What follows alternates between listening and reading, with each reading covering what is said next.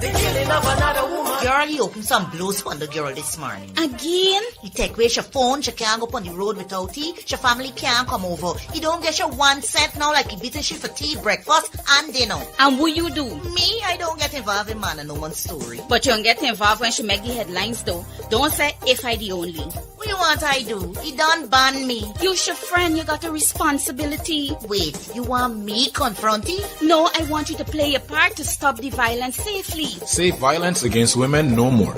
Report. Get help. Call 914. The killing of another woman.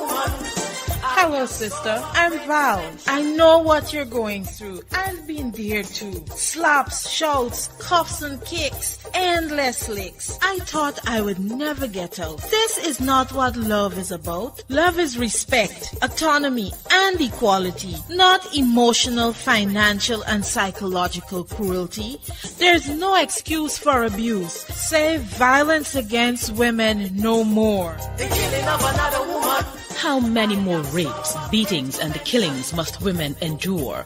It's time for zero tolerance to gender-based violence. We shall no longer tolerate any form of violence against women and girls. And as a society, we pledge to create an environment in which they can lead safe and healthy lives. We call on our national and community leaders to stand firmly against gender-based violence and commit to mobilizing needed resources. Laws against violence to women and girls must be strengthened and implemented as we work together to provide free legal aid, shelters, counseling, and medical services for survivors. Say violence against women no more. Call the Domestic Violence Helpline 914. This message was brought to you with the kind support of the Caribbean Vulnerable Communities Coalition and Spotlight Initiative. Spread love and cherish each other. My brothers, please.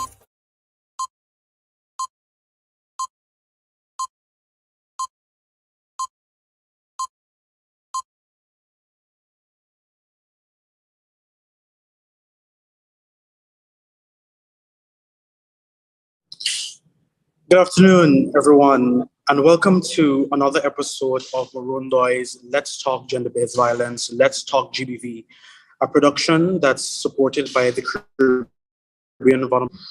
And today we are going to be focusing on the economic independence for survivors of gender-based violence.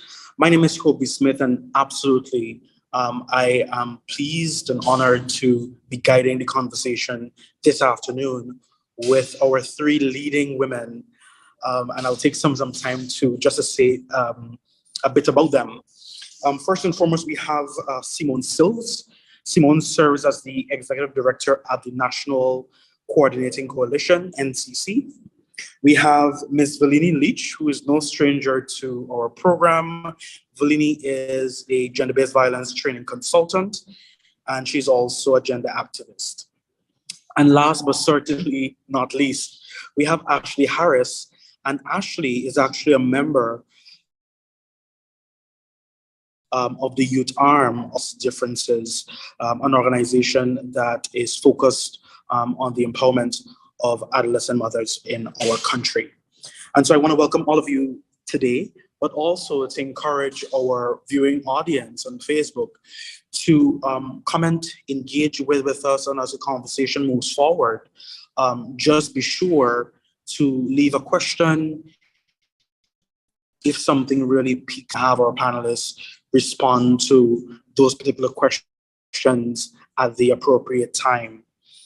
And so we know that globally, 1 in 3 women would have said that they would have been subjected to some form of violence, whether that's physical, sexual, or psychological. But in Guyana, the data is more damning. And so in Guyana, 1 in every 2 women would have or will be a victim of gender-based violence, but more specifically, intimate partner violence.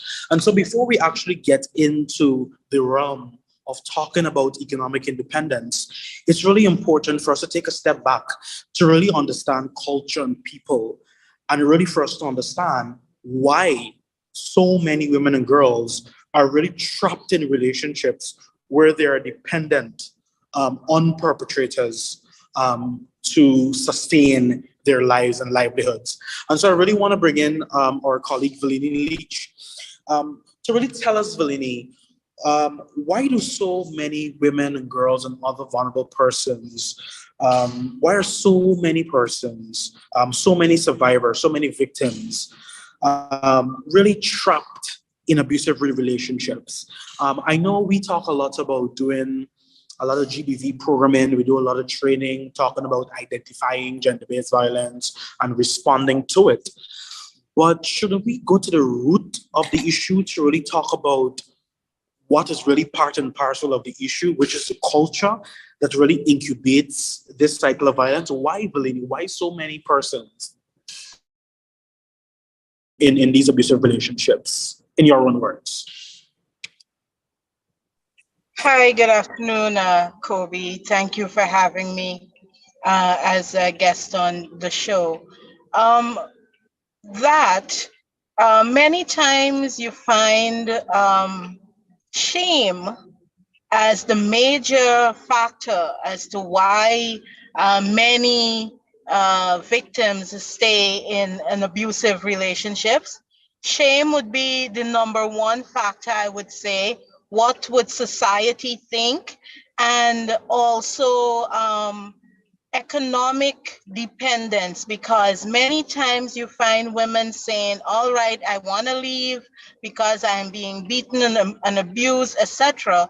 But then who's going to pay the bills? Where am I going to go? How am I going to be able to take care of the children? So you find with that now, victims feel shackled a lot of times, and that is one of the reasons why they stay in these situations. Also culturally, because in some cultures in Guyana, you know, Guyana is a melting pot of different cultures. In some cultures, you know, they have saying like, you buy it, you gotta wear it till it tear.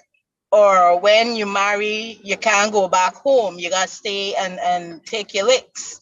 So you find people would be afraid to go back home to get the help from family and so on. So yes, those are the main reasons, I believe, why women stay in abusive relationships. Thank you for sharing that, Velini, really laying the foundation for us to understand this issue of entrapment. Because a lot of times activists, advocates, persons who are really responding to cases of GBV, you know, we all like to tell survivors, oh, leave, just walk away. And while that's all well and dandy, and while we really want survivors to really walk away and leave and really save their lives, we need to understand why for so many persons, it really is difficult for them to just walk away. Because some persons, as you may very well, as you would have said so eloquently, Velini, they're thinking about where the next one is coming from. They're thinking about how this bill is going to end. So we really have to be mindful of that kind of challenge that so many persons are really experiencing. I want to bring in Ashley. And Ashley, the work that WAD is really doing is really incredible. And it's incredible because it's focused and really streamlined to a particular group of persons in our country. When we talk about the issue of adolescent pregnancy, and this, you know, because in 2013, as many of us would have, you know, would have known or will remember, UNFPA published the State of the World Population Report. And in that report, it was stated that Guyana would have had the second highest rated adolescent pregnancy with 97 out of every 1,000 girls between the ages of 15 to 19 given birth. And so if you think about how small our population really is, with that kind of figure, then you will know that we were in a state of crisis at that particular point. And so, Ashley, I really want to hear from you, and for you to really tell us and tell our viewers, what really is the situation of adolescent mothers in our country based on your experience with WAD? What exactly is WAD really seeing? Because a lot of times we talk about gender-based violence survivors, and sometimes we kind of miss out on particular groups of survivors, because a lot of times we seem to blame adolescent mothers for the pregnancy or pregnancies that are caused or occasioned by men, and a lot of cases have to do with sexual violence. But aside from that, Ashley, what really is the situation of adolescent pregnancy that WAD is really seeing and responding to? What exactly is really going on in that realm, in your own words? Pleasant good afternoon.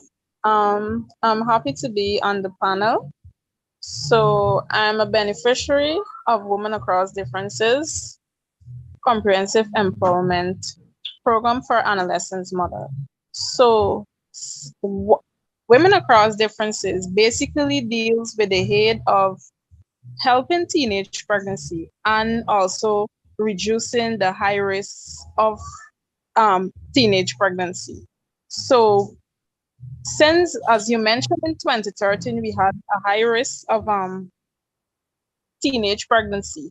So WAD normally have programs to empower young women, even like when they get pregnant and so on.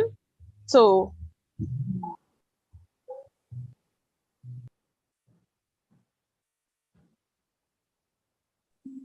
I think you're muted, Ashley. Sorry. Yeah. You were saying that the program really helps to empower those persons who would have become pregnant or who would have given birth. Yeah. It also would have helped them to build their self-esteem, because remember, when you got pregnant at an early age, persons in the community normally look down at you, right? And they talk a lot of bad things about you. Some persons, some young women would have low self-esteem because of what the public might have to say. So being a part of WAD, it has boosted your self-esteem. We also have been getting counseling in various areas. We also would have go to different workshops to elevate ourselves in different aspects concerning jobs and so. Incredible. So first and foremost, I want to thank you for joining us, but also congratulations for really engaging with WAD and really coming to this particular point where you would have not just participated in the empowerment sessions, but now I'm sure you are contributing in a more meaningful way to the organization to really empower other young persons, because your story is really one that could be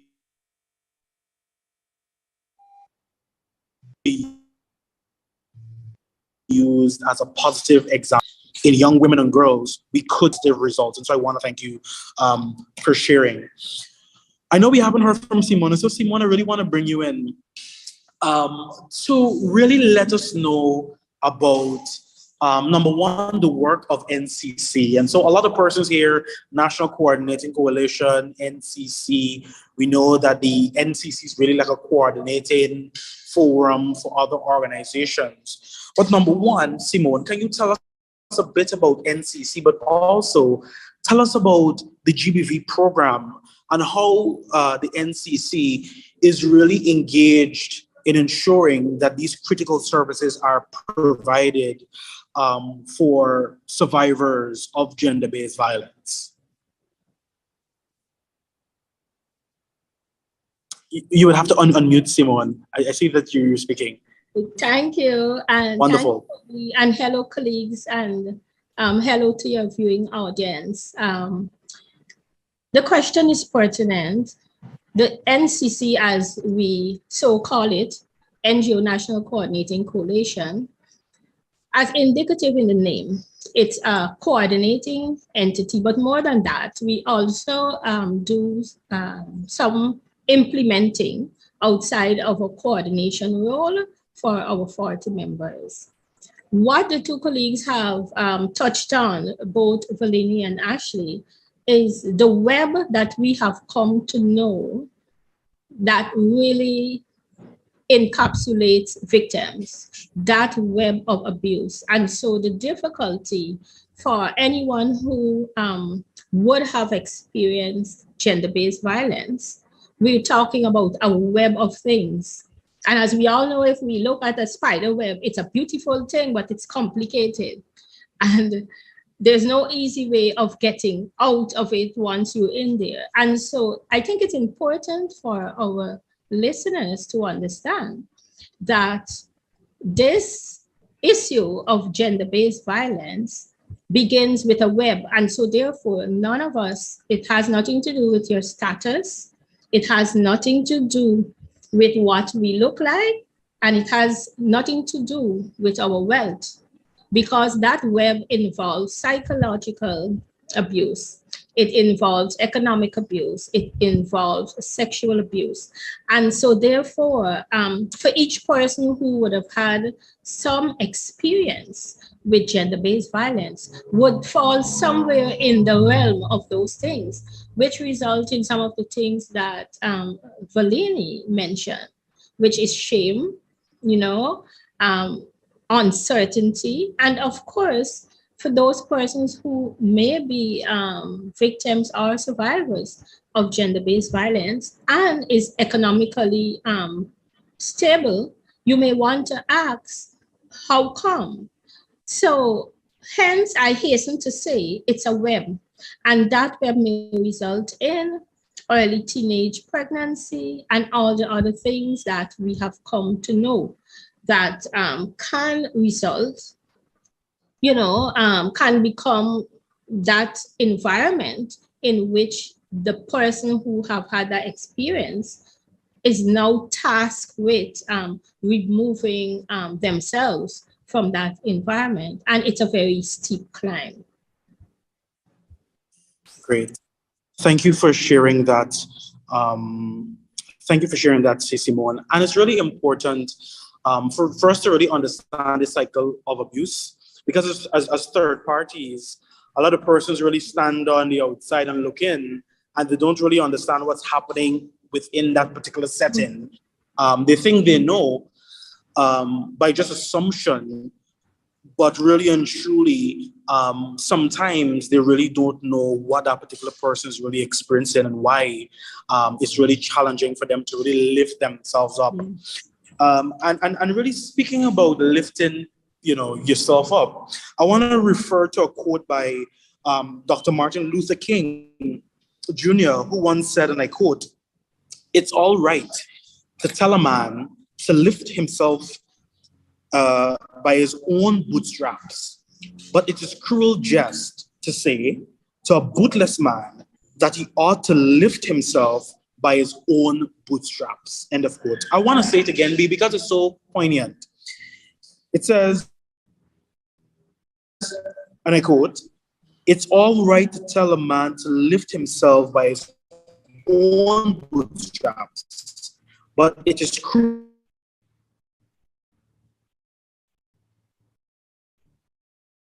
understanding where we tell person, oh, leave, you can move ahead, you can do this, you can do that."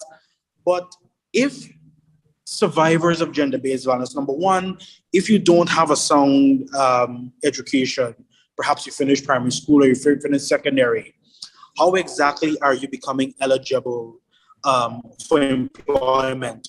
How exactly are you able to earn? If you don't have the ability to learn some kind of soft skills, how own bootstraps, and a lot of persons are bootless. And so to really come into this particular question, I really want to bring in Ashley to ask, because Ashley, the group that WAD is really focused on is really critical. And so how can we support adolescent mothers in order for them to become economically independent, what are some ways? Number one, that what is really supporting adolescent mothers, but how can we as a broader society really support adolescent mothers to really help them to help themselves, as we would say in our local conversations?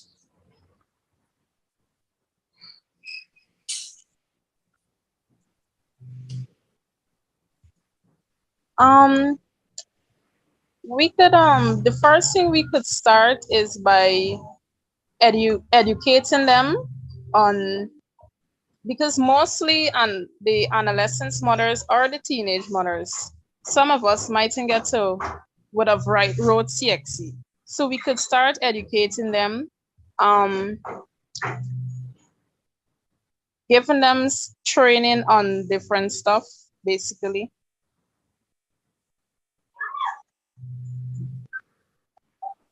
Great. I want to bring in Valini. Valini, you really are the godmother of trainings when we think about gender-based violence. And I'm saying that perhaps as a joke, but I'm really serious about it. Your contribution to capacity building is really commendable. And so I really want to ask you, Valini, based on your engagement with women, girls, persons of the LGBTQ plus community and other groups, what exactly are some critical ways that organizations, agencies, partners could really invest in to really have us see the economic empowerment of gender-based violence survivors? Okay, first off, education. And I think over the years, we have done so much capacity building and education on gender-based violence. I know just recently NCC would have done training with law enforcement and so on GBV. In terms of economic empowerment, we need real programs to help survivors, because at this point now, they're no longer victims once they would have exited the relationship. We need real strong resiliency programs. I think we have done enough cake decorating, pastry making, and floral arrangements. Yes, while some people would have turned those skills into some form of micro enterprise, we need to have better programming to help women. First off, how to deal with the new normal. Remember now, you would have exited a relationship where possibly you were not employed. Now you are now the sole breadwinner for the family. Let's say in an extreme situation, your abuser isn't even paying child support.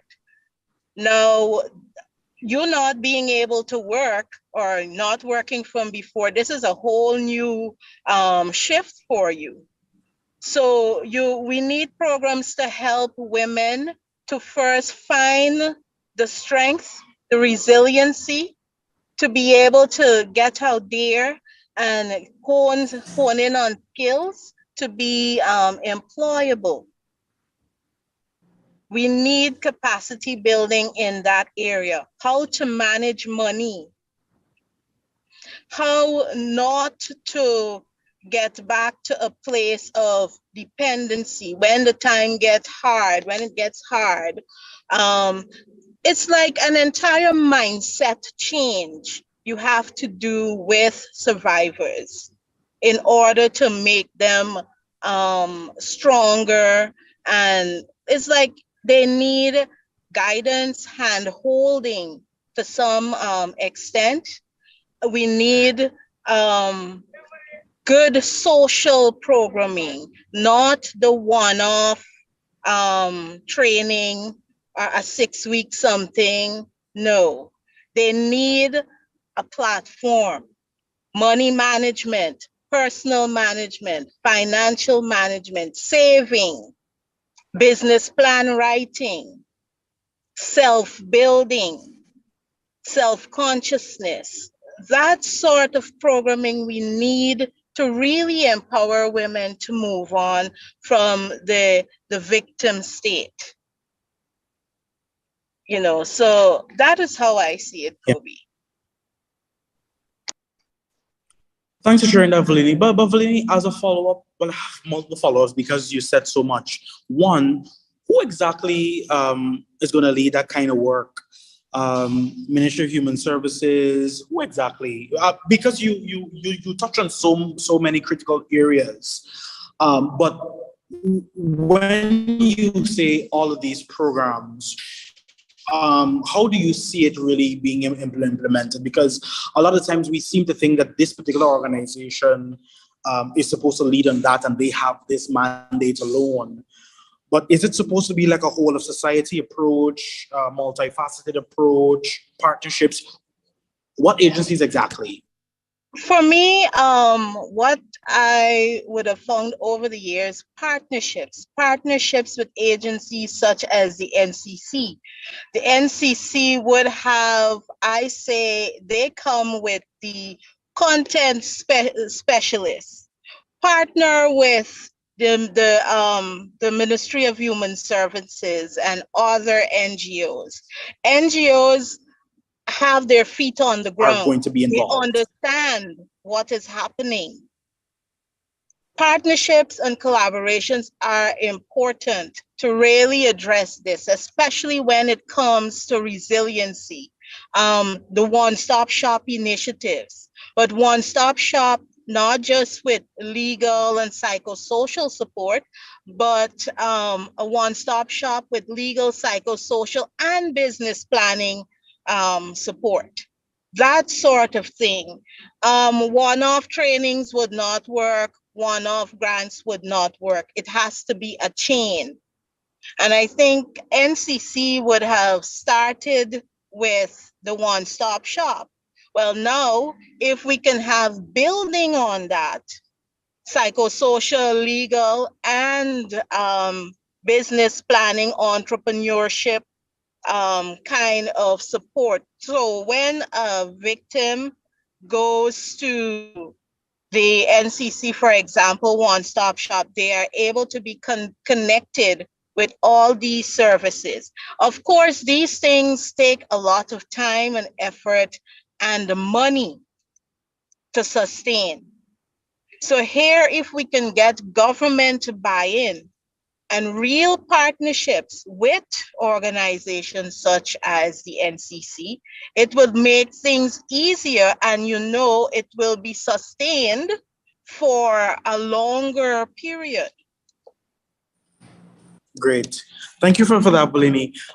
Simone, I want to bring you in because the name of NCC has really been invoked multiple times to really demonstrate not just the importance of NCC's role and function, but really the significance and the impact of the work. And so, Simone, can you really tell our viewers, number one, that may not know about the NCC, tell us about the work of NCC and how NCC is really contributing to the economic empowerment of GBV survivors. And mind you, I'm aware that NCC not just focuses on women and girls, because women and girls are not the only survivors of gender-based violence. We have migrants and other groups. So how exactly, and if you can really tell us, Simone, I mean, it's really a loaded question, whether you have specific programs or programming that target specific vulnerable groups, that would also be useful, especially for the persons that may be joining, that may perhaps be a victim of gender-based violence or may know of someone that they can then refer to NCC. Yeah. Oh, we're speaking about a topic in 1 hour with 3 panelists that really, if we start to unpack, then we can barely touch the surface. We're not even touching the surface here. But let me just try to bring this in based on what Valini and Ashley again has said. The thing about it, we know that once you would have passed or be able to provide to those persons that immediate health and psychosocial need which they have. And I'm glad that you also mentioned that this whole topic of gender-based violence, it's not just specific to women. It's only that women are disproportionately affected, but we do have men and boys who also experience gender-based violence.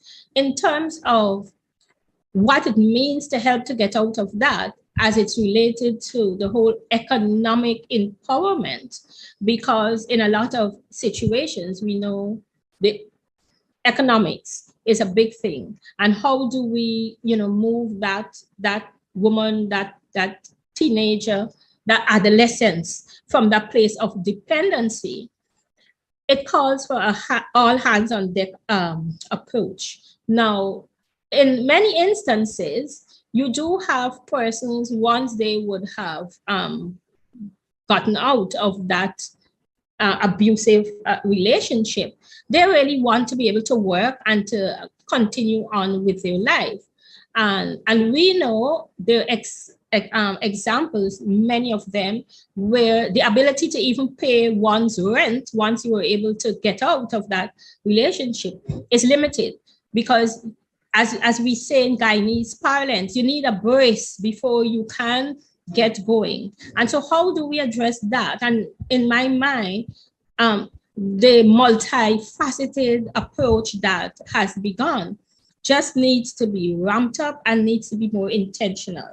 And the reason I say that, for example, we do know we have partners, some private sector partners that assist in, for example, ensuring projects such as this courses and education and information that is relevant on the topic gets out there and get people talking about it and get people aware. What we are seeking to do and hopefully bring along the government partners, the private sector partners, is to be able to have some of those interventions that was alluded to a few minutes ago that could actually link women to job opportunities, that could actually link women or provide those who so need it that education, because we know with education comes empowerment. With empowerment comes the ability to make responsible choices. And so it needs to be a systematic, tailored approach, tailored intervention. But the key to it is having that support and bringing the partners that can finance this along in a different kind of light. Because as I know it, Murundai, everyone know about Murundai and the awesome work Murundai does. And lots of the work that they do is supported by, I think, one or more of the commercial banks. NCC, another entity, our gender-based violence project is supported by IDB. And while there are components, and those are concrete examples of institutions that come on board to provide that immediate frontline need for that survivor, what is needed, partnerships similar and extended beyond those that now have resources that can be that base, that pool of, even if it's financial resource, can be available to those survivors, to invest in those survivors, whether it's their business, whether it's linking them to services that they can then provide. But I believe we need to, and like was said, we need to now take that up to a next level at the one-stop shop that is offered by the NCC. Valenia, you rightly point out that one-stop shop is able to provide to survivors that immediate frontline need of, what is your health need? What is your psychological need? What is your legal need?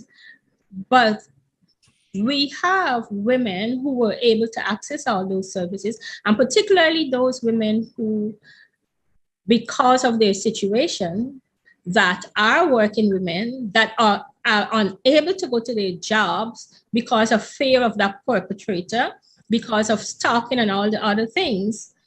So you have it on both sides of the coin. Women who actually had a job and lost that job because of everything that's happening with that situation, or women who need that nurturing, who maybe never had a job, adolescents and teenagers who got caught up in an early web and need that kind of support. So I think when we speak about entrepreneurship and what it means for lifting persons out of that situation, it has to be a tailored, systematic, multi-organizational approach.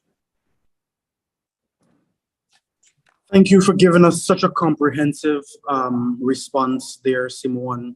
And I think my first follow-up, Simone, has to do with the issue of sustainability, because NCC is doing incredible work, amazing work.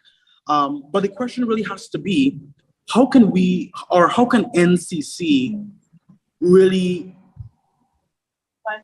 is really able to get sustainable programming through sustainable funding opportunities? Because it's one thing for us to say, oh, yeah, Marunda is going to get this from this particular donor partner, NCC is going to get this for this particular donor partner, but that's for a particular period and time frame, and it's also for a number of beneficiaries. And when that particular number of beneficiaries would have been met, then it means that you would have to find other opportunities and constantly seek out and write proposals, etc. And so my question has to be really, how really can civil society, and I know you are a very active member in the civil society space, and really, part and parcel of our viewership is not just GBV survivors and victims, but it's also partners as well, donors too. How can we encourage them to make funding more accessible and more sustainable? Because we can't talk about economic empowerment programming without money. It costs money. Let's just be honest. Yes. If you want to do training, education, empowerment, give seed funding, the money has to come from somewhere. And so my question really is, how can that? Right. And that is a very pertinent question, and I'm happy that you asked it. Now, I think it's important that among all this conversation, frankness is very important. The NGOs, the small civil society organizations like us, we know that most of what we do comes from donors, but we also know 5-10 years ago that was not always going to be the case.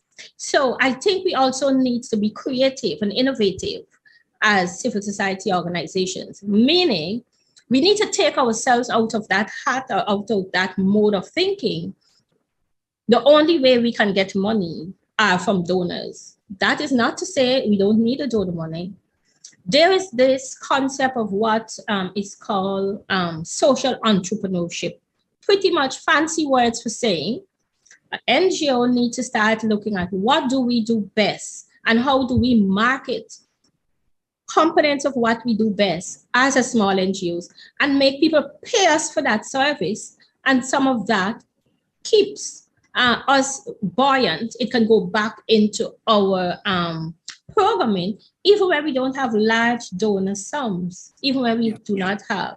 And that is something that NCC has taken on and have been doing for itself to keep, because we all know, and even the bigger celebrities globally would tell, when you have nothing, nobody gives you nothing.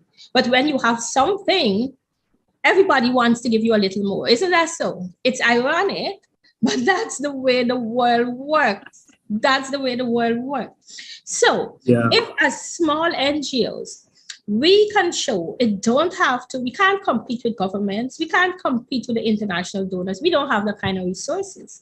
But if we can show resourcefulness in terms of our ability to generate whatever amount of income based on our talents and our abilities, we have something to go to the negotiation table with. We can say, hey, this is what we have and this is what we need. So now you're talking partnership. You are not just a dependent, you are a partner. So you change the conversation. So the partners and the donors are no longer looking at you as someone who always coming to have, but hey, someone who have something that we want to be part of. And so I, as much as my love and what we on this panel do, it's NGO grassroots driven. I'm also a realist, and I also promote and understand the need to move with the changing tide. Nothing is constant. And so it has changed from the days where donors were pretty much in queue to be able to give resources to NGOs to do the good work that they do. It has now changed to show me what you're worth and what you have been doing, and I'll partner with you. And so it's a challenge, but it's also an opportunity. And so therefore, if we as NGOs are able to rise to that challenge, then we will bring more partners on board. People would start seeing us more as partners with a technical skill and ability to give to a service rather than recipients of monies. So as it relates to thank you so much. That's the thinking that I believe will drive us there. Great. Thank you so much for sharing that so openly and frankly, Simone. I want to encourage our viewers to comment, share questions, and we're of course going to channel those questions and comments to our panelists. Simone, before I bring in Valini, because I want to add Valini into the loop here, I'm going to ask our technical team at Marundoi to put the contact information of NCC in the chat on Facebook for persons to make referrals to others or even reach out on behalf, on their own behalf. But can you just let the viewing audience know how exactly they can reach out to the NCC to really benefit from these services, economic services, economic empowerment, and other services relative to gender-based violence? How can they reach out? You're muted. The challenges of working in the digital world. Yeah, so we have 2 hotline numbers for the persons, and this is for a gender-based violence hotline. This is for persons that are in a situation that needs assistance. Those numbers are 637-3319, 637-3319, or 628-7833, 628-7833. And our office line is 219-0014.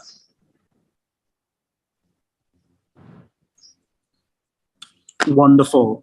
Thank you for sharing that, Simone, and I'm sure that our team will have it available to the viewing audience there. But just to piggyback on the incredible point that you made, Simone, I think it's also important for us to really rethink, as you would have said, the issue of funding, especially when we think about movement-led approaches to funding, where perhaps NGOs are brought into the fray to really say, these are our issues, these are our realities, these are our priorities, and these are the ways in which we think that these interventions could be implemented, instead of somebody from outside of Guyana coming to say, we want you to work on training police officers alone on gender-based violence, without, of course, empowering communities of people, women, girls, LGBTQ+ persons, to be economically empowered. And really and truly, this issue of economic empowerment or economic independence for gender-based violence survivors, while we've had some kind of conversations and some kind of activities around it, we really haven't had targeted approaches to it. And it's really something now that we're really trying to push, because we can't break the cycle of gender-based violence without talking about how persons could really take control of their lives and livelihoods. And so, Valini, I want to give you the opportunity, if you have anything to add in addition to what Simone said, about how you think funding can really be sustainable. What are some other ways NGOs could really engage to really add fuel to these particular issues, to keep them going, so that other communities of persons could really benefit? Women, girls, LGBTQ plus persons, persons living with HIV, trans persons, migrants, etc. How exactly? Most definitely, Kobe. I think capacity building, education. We need to do mass education. Well, I must say, continue to do education. I'm always an advocate for translating the message into our Guyanese vernacular, because many times what you find happening is that we the people who understand the content, we go and deliver in our fancy parlance, and many times the messages go over the head. So one of the things we really need to do is to translate the key points, the messages about gender-based violence into our Guyanese vernacular, where everybody will understand.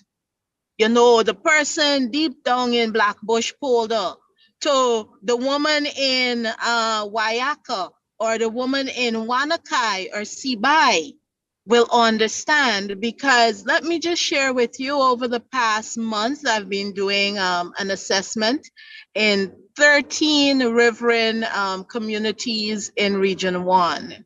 And it's sad to say that we have women and girls in 2022 who do not know their dates of birth, and things like that. They don't know where to access sexual and reproductive health. And for me, I see that as a form of violence. That is why we need education. We need to push more education. It's not easy, and I will come back to what Simone said about funding. You know, the geography of Guyana. Going to certain areas are extremely expensive.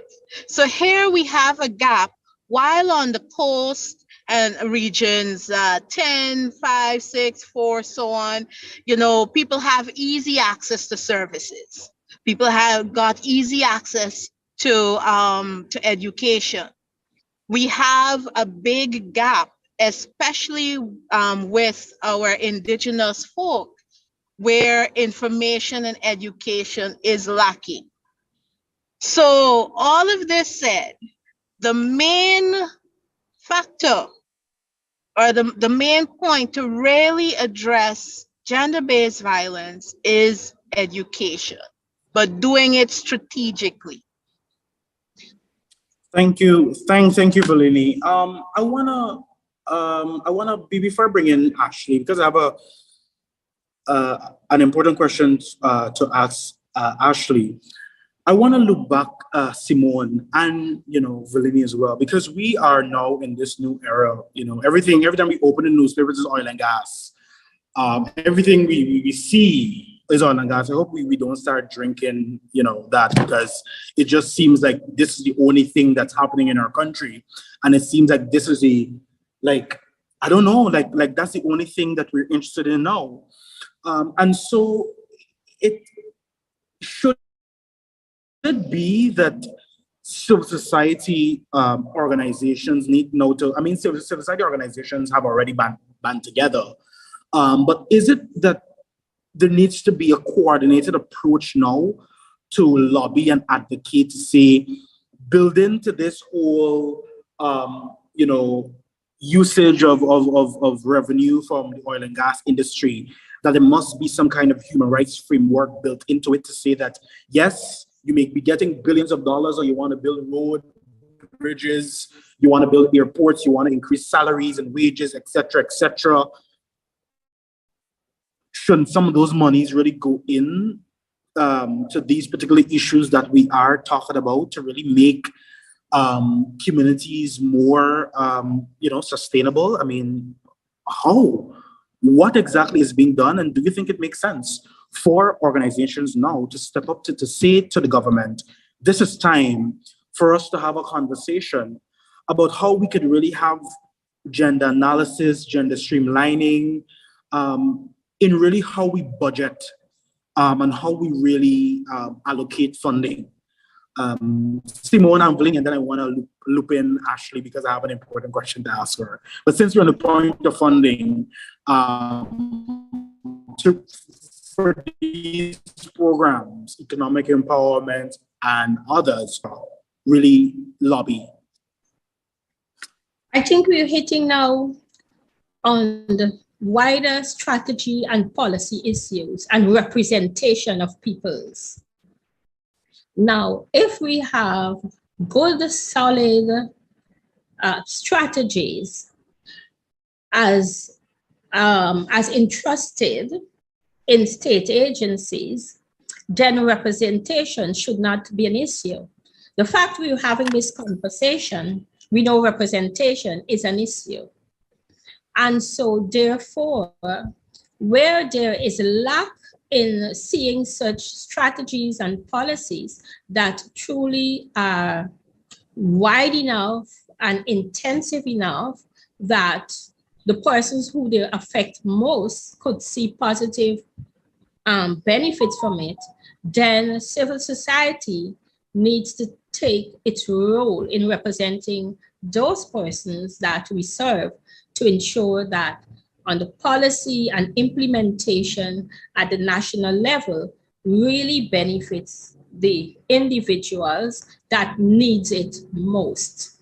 Now, we are speaking today about economic independence for pretty much marginalized groups. Much of it fall within women and those key populations, populating with HIV, which are the hardest hit groups economically. And if we are feeling as implementers that the struggle to move our audience from one place to the next is so much, and we are moving towards a resource-rich nation that can assist us to assist those persons we serve to meet their life goals through a wide range of interventions. If we can take or make available to any of those groups we serve that most likely find themselves exposed to the harshness of gender-based violence, because let us be frank about this. Usually when people hear gender-based violence, you think, oh, it's women. No. What gender-based violence is acts towards someone when you think they have a least position of power than you do. And when we look at the groups and how society reacts to the LGBT group, when we see how society reacts to those who live with HIV, when we see how society treats our women, our young girls, our adolescents, it's because they see the groups as lesser than. And so therefore, we have to be vocal, we have to be strategic, we need to be engaging in those who have state resources to ensure that programs and interventions really do address the need of those persons who have that need. In this case, where and how do we have interventions and finances allotted for women, men, boys, and girls that experience gender-based violence that need some form of assistance to help them from point A to point B? That should be expected from our state agencies. That should be expected in our oil-rich nation and in budgeting. And then if it is not happening, I think it's a place of the NGOs to ensure those conversations are had with the policymakers. Great. Just a bit of a time check. We just have 8 minutes. Just a bit of a time check. We have 8 minutes remaining. And so, Valini, as a quick follow-up, anything to as to how we can really lobby to have funding being channeled from the oil and gas industry to civil society to really keep this critical GBV programming, economic empowerment program going. Any thoughts on that? Yes, at this point, I think I know the NCC is an umbrella organization, and we need more organizations to get on board. So when you're going to government, when you're going to corporate in the form of these oil and gas companies, there is strength in unity. So you go with a solid plan. And these organizations have allotted yearly corporate social responsibilities. And this is where we can use our voice. We can go as a united voice and engage these organizations and even government to let them know the seriousness of this situation and the need for support. So most definitely, we can tap into the oil and gas resources, but it has to be done, in unity as one. And here is where I would say Simone Sills and the members of the NCC are equipped to lead this aspect, this part of addressing a GBV, and to really voice its seriousness and how it's affecting our nation, and the vulnerable people of Guyana. So most definitely we can tap into that. There always somebody ready, willing to listen, especially the corporate social responsibility managers and directors and so on. But we just have to go with one voice, united, so they can see that we are serious about addressing gender-based violence and not just a slap-on plaster one-time event. It has to be ongoing. Great. Thank you so much for sharing that. Ashley, I want to bring you in now to really tell us this really positive journey where you would have been an adolescent mother, but you would have gone through the program to become a registered nurse. How has that been? And how do you think your example could actually inspire other young women and girls to really follow a similar path of prosperity where you really see purpose and to say there are bigger things out there for me, and I want to ensure that I invest in my education and I become economically independent. How exactly has that been? And can you really share that with us as we close?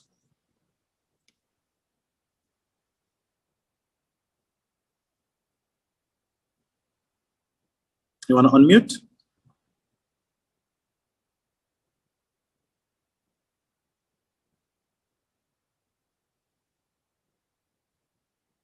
I don't think we're hearing you, Ashley. You would have to unmute your microphone. You hearing me now? Great. Great, yes, we are. Okay, well, my journey as a teenage mother, at first it was challenging, but I always had one goal, and my goal was, even though that I got pregnant at an early age, is that I'm going to still make myself somebody. So I joined WAD, and they give me the courage, the confidence to even help to build my self-esteem. And I end up furthering my studies, and I'm now a registered nursing assistant attached to Georgetown Public Hospital. For the young ladies out there, what I have to say is that life will be challenging, but you need to always have a positive mindset, and you just keep working towards your goal. It's not going to be easy, but you got to keep working, keep thinking positive, and you'll get there someday.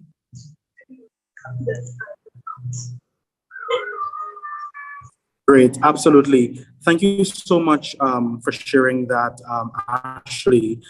And, and congratulations. And we do hope that we're going to hear even greater things from you as you really move forward and chart an incredible course, not just for yourself, but of course for your child, but also for your family and of course your community.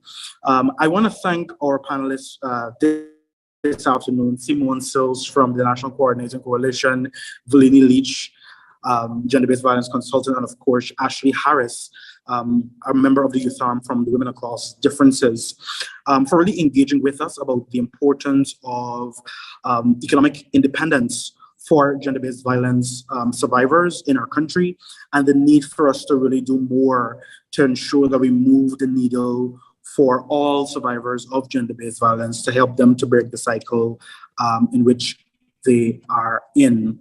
Certainly, before we close, I would like to thank a couple of persons who would have been part of this journey, part of our 6 episodes.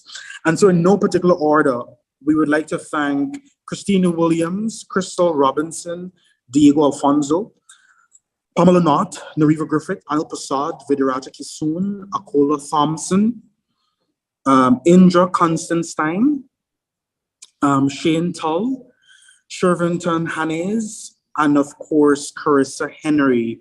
All of those persons would have been panelists from different realms, from different areas of experience, whether it's mental health, law, gender-based violence programming, law enforcement, advocacy, activism, government. All of those persons would have been part and parcel of the success of this program, and we'd like to thank them sincerely. We would also like to thank our sponsor, the Caribbean Vulnerable Communities Coalition, CVC, which is a Jamaica-based human rights organization that really seeks to lift the voice and rights of vulnerable groups across the Caribbean region. We would like to thank Virtual Solutions Guyana, our technical team there, with certainly Mr. Alonso, who has really been giving us his all in terms of course, guiding us with the technical aspects of this program. We certainly would like to thank our background team led by the incredible Margaret Lawrence, who has really been a trailblazer in our country in multiple ways, not just leading Marundoi, but certainly a household name when it comes to the arts, but also when it comes to things that are positive. That's a name that rings true in our country. We also would like to thank Timlin Barclay, Felicity Jackson, who are, of course, part of our team and would have made this production possible. Thank you so much. It has been our pleasure. And my name is Kobe Smith, and it has been my true honor to engage with you. Pardon? Could I say one thing before you close? Absolutely. Go ahead. Okay. I would just like to say thank you to Republic Bank, who has been sponsoring the Women Across Differences programs. I just want to say a grateful thank you. Also, thank you for this little panel discussion. It was a pleasure. Great. Thank you so much, Ashley. Thank you to you for the courage, for your courage, for joining us, and for really finding the courage and the strength to share your story. And certainly, we hope that the young girls watching would really learn from your example to really stay true to your purpose and really stay true to your dreams. And so we want to thank you for joining, and we hope that all of you will stay safe and healthy in these particular times where we're dealing with multiple pandemics, gender-based violence, COVID, monkeypox, It's just a challenging time, and we hope that as we move forward, even though we're really navigating multiple issues, that we really lend support, and there are multiple organizations out there, and persons just need to reach out. It's one thing for us to say that services are available, but if persons aren't necessarily accessing those services, that's problematic and that's not meaningful. And if you are not aware, or if you don't know where persons could access their services, ask. Persons can make those particular referrals for you. Of course, follow us, Murmurundoi, follow the National Coordinating Coalition, and really reach out. And if those particular organizations can give support, certainly they can make referrals to their other partners. And so we want to thank you, and we hope that you will continue to stay connected and stay engaged with us as we bring to you more programs and more interventions as we stay true to this fight to eliminate gender-based violence once and for all across our country and across the world. Thank you so much, Dave.